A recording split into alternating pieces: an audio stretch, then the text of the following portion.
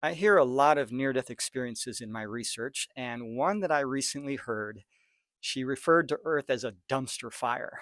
It's a pretty difficult, horrible place down here sometimes. It can be a wonderful place, but life on Earth is very difficult, and we tend to suffer a lot as human beings. Some people are suffering physically, emotionally, mentally, financially. There's a lot of suffering down here on planet Earth. So, what is the point if there's this perfect plan of creation that they talk about in near-death experiences? Why is there so much suffering? Well, I don't understand the concept completely, and I'll be the first one to admit that. But somehow, suffering makes us stronger people. It makes us better people. Without challenges, there's no growth, no pain, no gain. And we choose our level of suffering, and the faster we change, the greater the suffering is. Now, I like to use the analogy of the king's son. There once was a benevolent king who treated his subjects with kindness and compassion.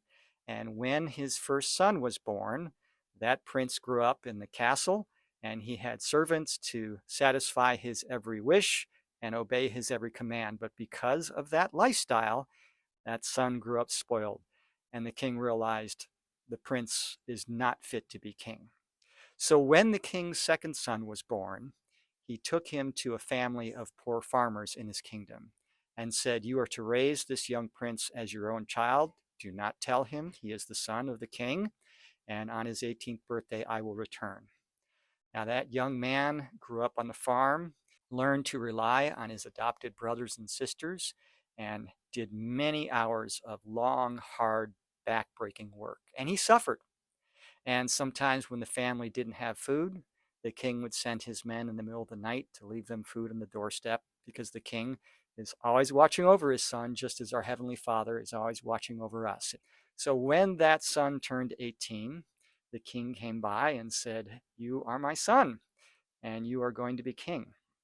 Now that prince became a benevolent king, even more compassionate and loving and caring for the people in his kingdom than his father was. Why? Because he was one of the poor farmers in his kingdom. So that suffering, that challenge made him a better, more compassionate person. So that's a good analogy of why we choose as human beings to be down here on earth and go through the suffering we do. It raises our consciousness. It makes us better people.